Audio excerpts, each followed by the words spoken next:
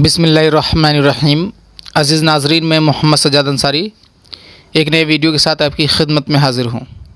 उम्मीद है कि आप सब खैरियत से होंगे और आपकी पढ़ाई बेहतर चल रही होगी। आज का ये वीडियो बिलखुसूस नॉर्थ बंगाल यूनिवर्सिटी सेमेस्टर 2 पर्चा CC 3 के लिए है, लेकिन इसके साथ वो तालिब इल्म भी फैज़याब हो सकते हैं जो CBCS पैटर्न के तहत तालीम हासिल कर रहे हैं, क्योंकि ये वीडियो CBCS पैटर्न के आइन मुताबिक है। नॉर्थ बंगाल यूनिवर्सिटी ने ऐलान कर दिया है कि जिन तालिब इल्मों का जैसे सेकेंड और फोर्थ कोरोना वायरस की वजह से इम्तिहान नहीं लिया गया था और उन लोगों को जो है प्रोमोट कर दिया गया था, थर्ड और फिफ्थ में उन लोगों का इम्तिहान लिया जाएगा। तो जो सेकेंड सेमेस्टर से थर्ड सेमेस्टर में चले गए थे उन तालिब इल्मों से, और जो फोर्थ सेमेस्टर से फिफ्थ में चले गए थे उनसे भी मेरी गुजारिश है कि पढ़ना शुरू कर दें, क्योंकि एग्ज़ाम लिया जाएगा 14 दिसंबर 2020 से। और फिर जब आपका ये एग्ज़ाम ख़त्म हो जाएगा उसके बाद फिर से जब आपका जो थर्ड और फिफ्थ सेमेस्टर का एग्ज़ाम है वो शुरू होगा। इसीलिए आप जितनी ज़्यादा मेहनत कर रहे थे उससे ज़्यादा मेहनत करना शुरू कीजिए। आज आप जिस चीज़ को इस वीडियो में पढ़ने वाले हैं वह है मीर अमन दहलवी। मीर अमन को अमन भी बोलते हैं, मीर अमन या मीर अमन, कोई मसला नहीं है। मीर अमन दहलवी के बारे में आज हम लोग पढ़ेंगे।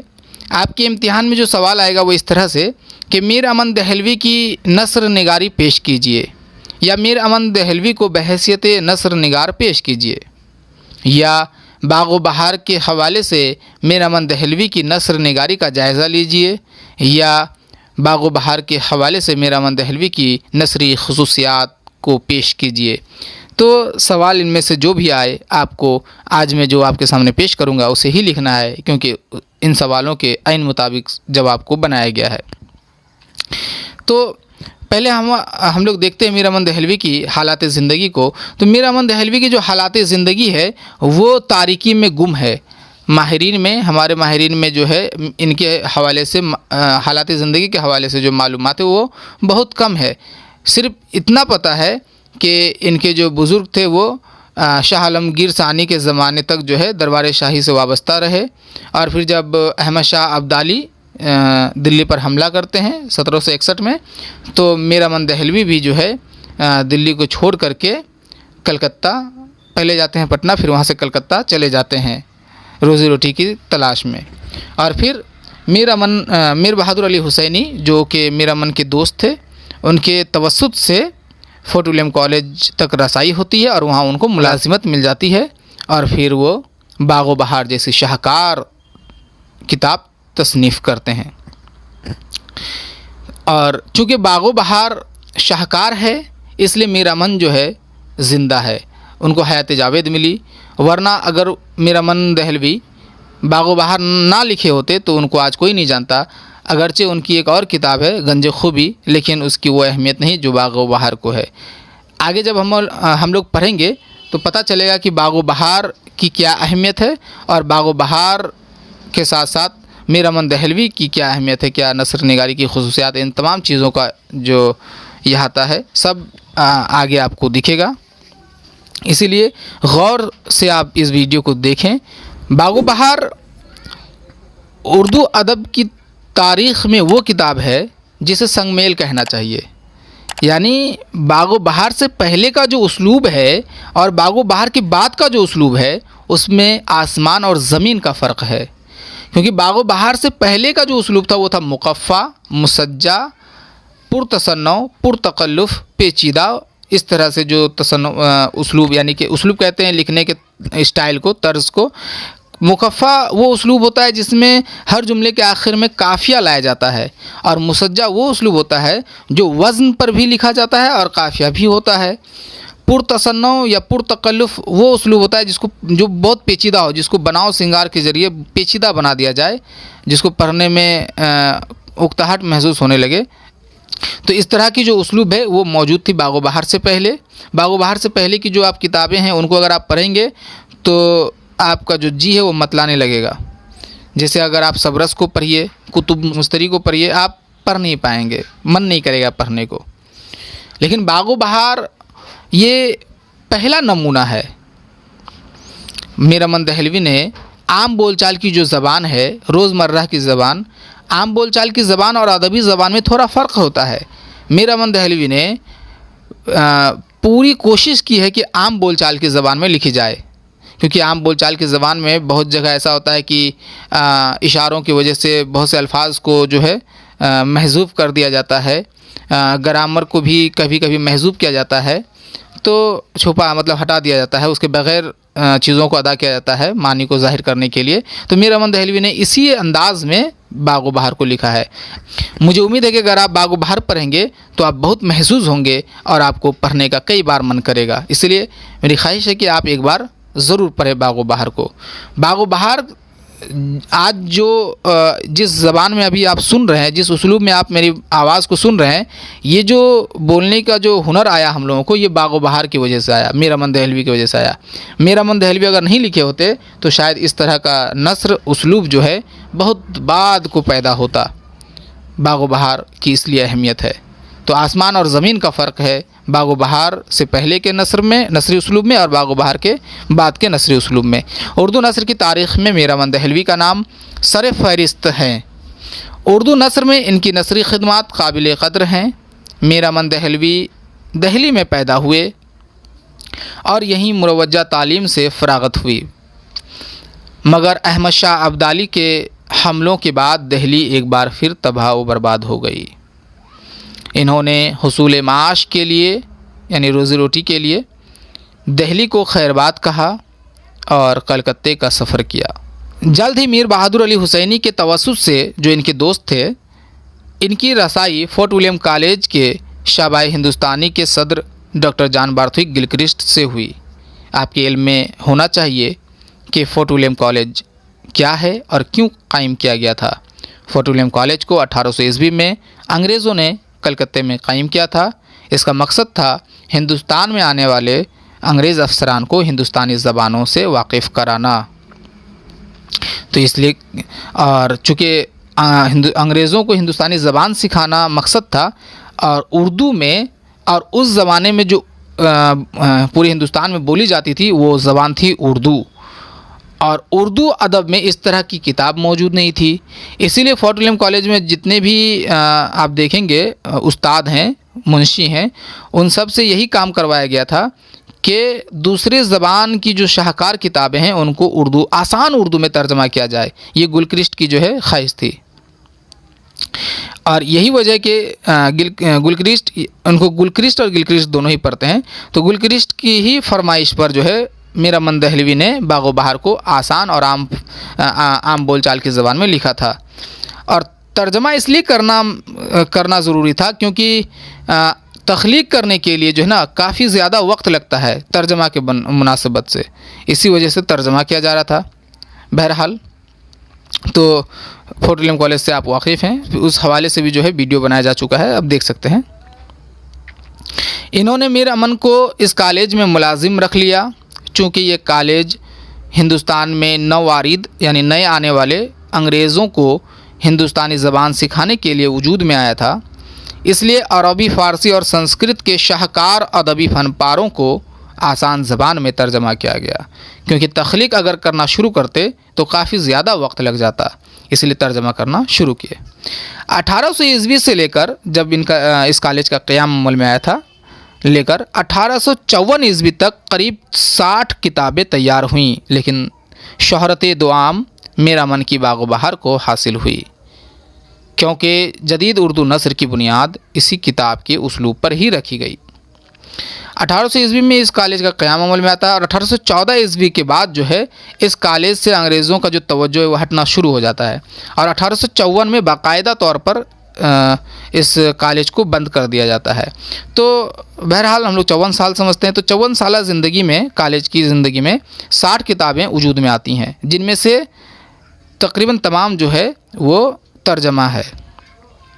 लेकिन सबसे ज़्यादा जो मकबूलियत हासिल हुई, शोहरत हासिल हुई, शोहरत दुआम कहते हैं उस शोहरत को जो वक्त के साथ साथ बढ़ती चली जाए। तो शोहरत दुआम जो है सिर्फ मीर अमन दहलवी की जो बागो बहार है उसे हासिल हुआ। क्यों? क्योंकि जदीद नस्र जिसमें अभी मैं आपको समझाने की कोशिश कर रहा हूँ, हम और आप जिस ज़बान में गुफ्तगू करते हैं, इस नस्र की जो बुनियाद है वो इसी किताब पर रखी गई थी, इसी उस्लूब की बुनियाद पर रखी गई थी। ये किताब मीर अमन का वो कारनामा है जो इनके नाम को हमेशा ज़िंदा रखेगा। हालांकि ये उनकी तबाज़ात तसनीफ़ नहीं है। तबाज़ात कहते हैं ख़ुद की लिखी हुई, मतलब आप किसी चीज़ को आपकी जो है अपनी सोच है और उसको आप ख़ुद से लिख रहे हैं अपने तर्ज पर, तो वो तबाज़ात होता है। तो ये तबाज़ात नहीं थी, बताया जा चुका है कि ये तर्जमा है। बल्कि हज़रत अमीर खुसरू की फ़ारसी किताब क़िस्सा चहार दरवेश का आज़ाद तर्जमा है। बाज़ माहिरीन के मुताबिक क़िस्सा चहार दरवेश जो किताब है इसके मुसन्निफ़ अमीर खुसरू नहीं है और बाज़ के मुताबिक अमीर खुसरू हैं। बहरहाल तो अमीर खुसरू पर जो है फ़ौक़ियत है, तरजीह है, इसीलिए हम लोग अमीर खुसरू ही लिखेंगे। तो अमीर खुसरू की जो फ़ारसी किताब है क़िस्सा चहार दरवेश, इसका आज़ाद तर्जमा है। आज़ाद तर्जमा उसे कहते हैं जिसमें मुतरज्जिम जो है, तर्जमा करने वाला जो है, असल तसनीफ़ में कुछ कमी बेशी करे अपने तरफ से, तो उसे आज़ाद तर्जमा कहते हैं। और ये जो बाग़ बहार है वो आज़ाद तर्जमा है, इसीलिए उसे तर्जमा नहीं कह करके तसनीफ़ कहा जाता है, क्योंकि इसमें मीर अमन ने बहुत ज़्यादा जो है इजाफ़ा किया है, कमी किया है, इसलिए ये आज़ाद तर्जमा है।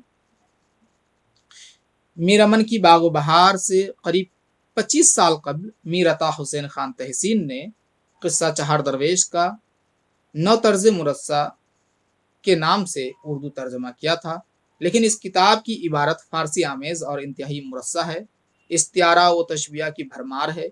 ज़बान ऐसी पुरतसन्नो है कि मौलवी अब्दुल हक के अल्फाज में बाज़ औक़ात पढ़ते पढ़ते जी मतलाने लगती है। मीर अमन 1802 ईस्वी में इस किताब को तख्लीक करते हैं। कहीं कहीं 1803 भी लिखा जाता है ज़माना तस्नीफ़, लेकिन 1802 को फ़ौक़ियत हासिल है इसलिए। लेकिन इससे 25-26 साल पहले यानी 1775 ईस्वी में जो है मीर अता हुसैन ख़ान तहसीन भी क़िस्सा चहार दरवेश को उर्दू में तर्जमा करते हैं। लेकिन आप अगर उस नौ तर्ज मुरस्सा को अगर आप पढ़ेंगे तो आपको लगेगा कि आप फ़ारसी की किताब पढ़ रहे हैं। इस तरह उसका उसलूब फ़ारसी आमेज़ है, पूरे फ़ारसी रंग में ढला हुआ है और मुसज्जा मुक़फ़्फ़ा भी है उसलूब। इसके अलावा जो है काफ़ी ज़्यादा जो है नोक पलक संवारने के चक्कर में वो पेचीदा हो गया है। इस किताब को उन्होंने सबसे पहले इंशाए नौ तर्ज मुरस्सा नाम रखा था, फिर बाद में वो नौ तर्ज मुरस्सा के नाम से मशहूर हुआ। ये किताब निहायत पेचीदा होने की वजह से अब्दुल हक कहते हैं कि अगर आप इस किताब को पढ़ने लगेंगे तो ऐसा कुछ लम्हे के बाद आपकी जो जी है वो मतलाने लगेगा। इसके बरक्स मीर अमन ने आम बोलचाल की ज़बान में बाग़ बहार तैयार किया और उर्दू नस्र को एक नया उस्लूब दिया। बाग़ बहार की मकबूलियत की सबसे बड़ी वजह ये हुई कि मीर अमन ने अपने तर्जमे में मुक़फ़्फ़ा, मुसज्जा उस्लूब, लफ़ाज़ी, इबारत आराई और पेचीदापन से गुरेज़ करते हुए रवानी, सलासत और सफ़ाई का ख़ास ख्याल रखा है। बक़ौल मौलवी अब्दुल हक, ये किताब अपने वक्त की निहायत फ़सीह व सलीस ज़बान में लिखी गई है और उर्दू की पुरानी किताबों में कोई किताब ज़बान की फसाहत और सलासत के लिहाज से लगाव नहीं खाती और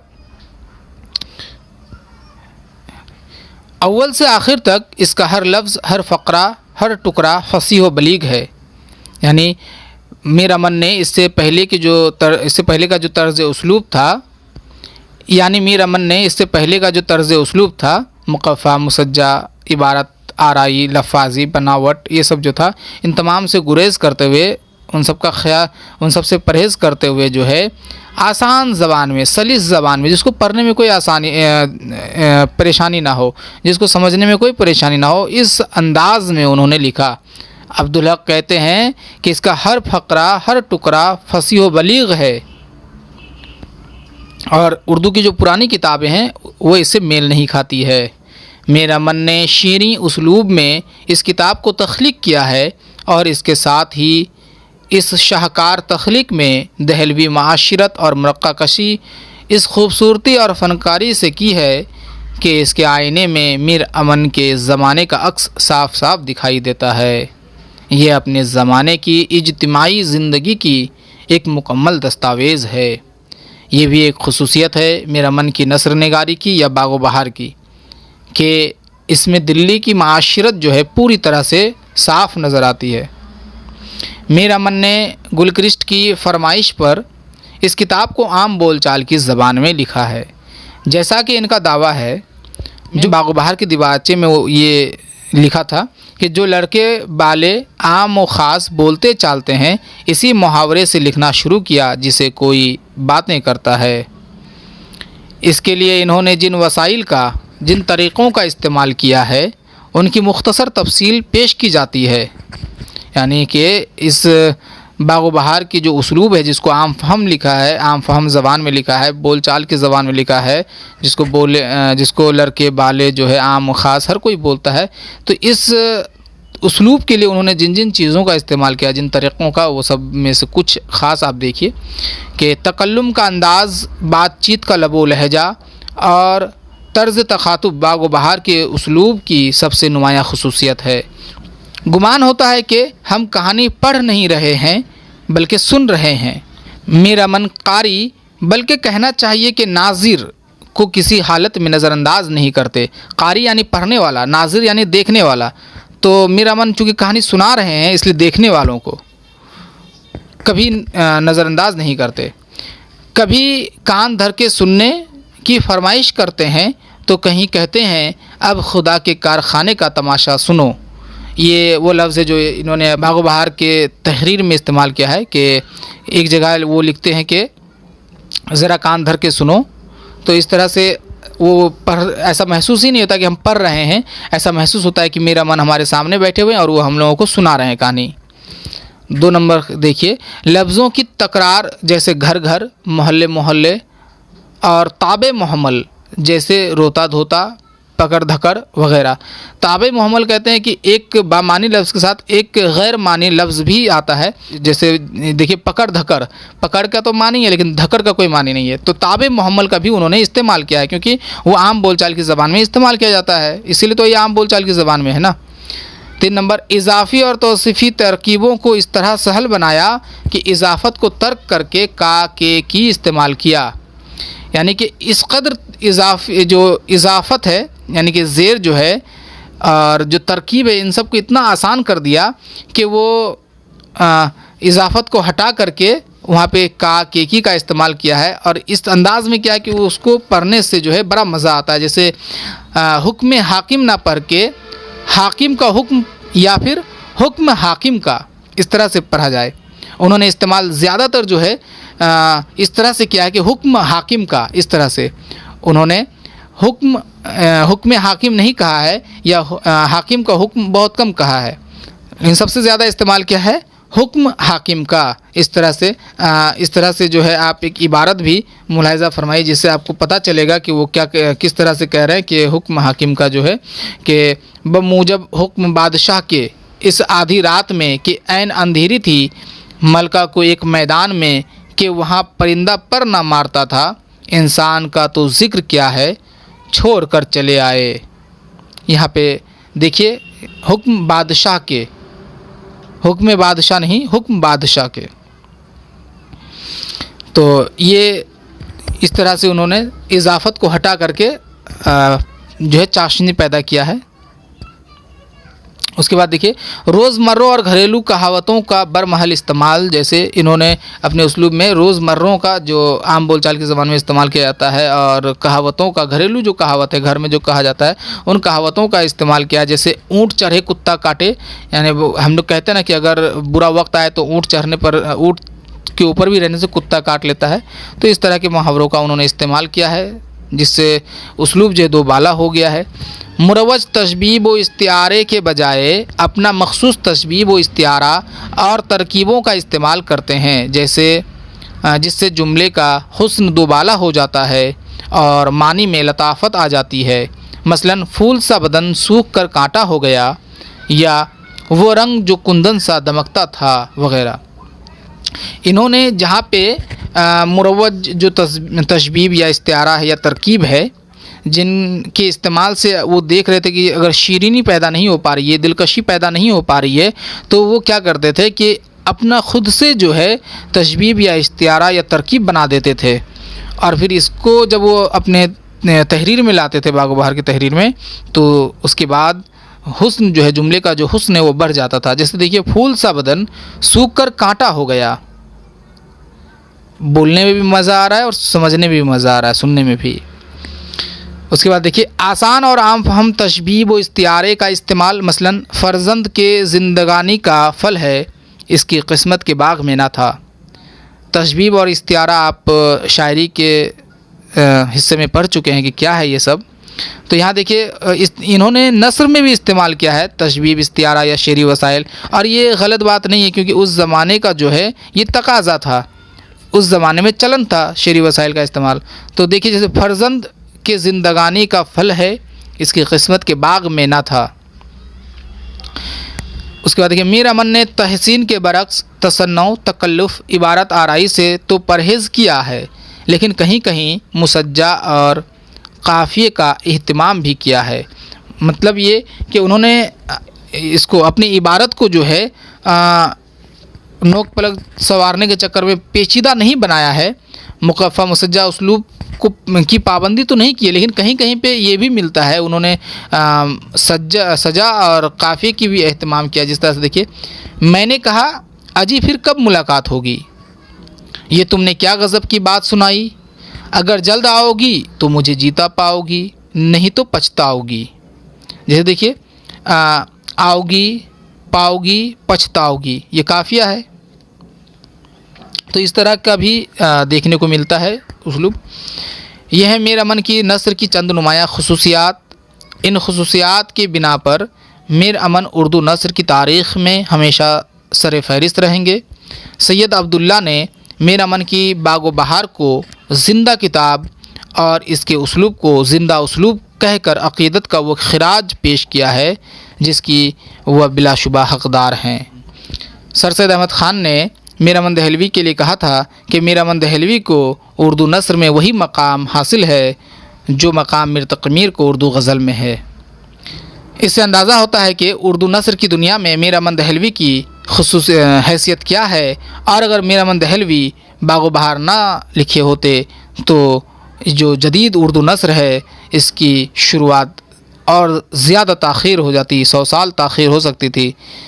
इसलिए मीर अमन दहलवी और बागो बहार उर्दू नस्र की दुनिया में, उर्दू अदब की दुनिया में सर फहरिस्त है, नुमाया है, मुमताज़ है, और इसे हर तालिब इल्म को पढ़ने की ज़रूरत है। उम्मीद है कि अब आप इस वीडियो के ज़रिए ये समझ गए होंगे कि बागो बहार की क्या अहमियत है और क्यों अहमियत है, मीर अमन दहलवी की नस्र निगारी क्या है, बागो बहार के हवाले से इनकी नस्री खसूसियात क्या है। इन तमाम बातों से आप वाकिफ़ हो गए होंगे। अगर आपको ये वीडियो पसंद आता है तो वीडियो को लाइक करें। वीडियो के हवाले से अपनी कीमती राय का इज़हार कमेंट बॉक्स में ज़रूर करें। अगर आपको लगता है कि ये वीडियो आपके दोस्तों के लिए भी फ़ायदेमंद है तो उन तक इस वीडियो को ज़रूर पहुँचाएँ ताकि वो भी मुस्तफ़ीज़ हो सके।